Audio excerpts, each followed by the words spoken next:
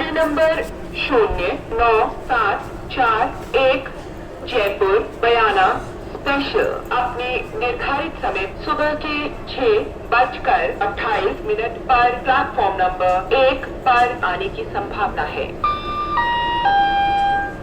Train number 09741 Jaipur Bayana special will arrive at right time 6:28 a.m. at platform number 1.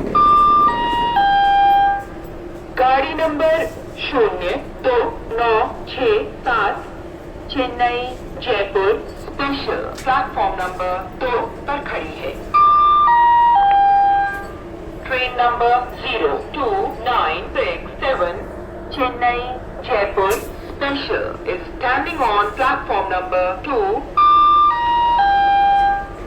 गाड़ी number 0292 Shri Ganganagar Kota special अपने निर्धारित समय सुबह के 6:14 पर प्लेटफॉर्म नंबर 1 पर आने की संभावना है। Train number 02982 Shri Ganganagar Kota special will arrive at right time 6:14 a.m. at platform number 1. गाड़ी नंबर 09741 जयपुर बयाना स्पेशल अपने निर्धारित समय सुबह के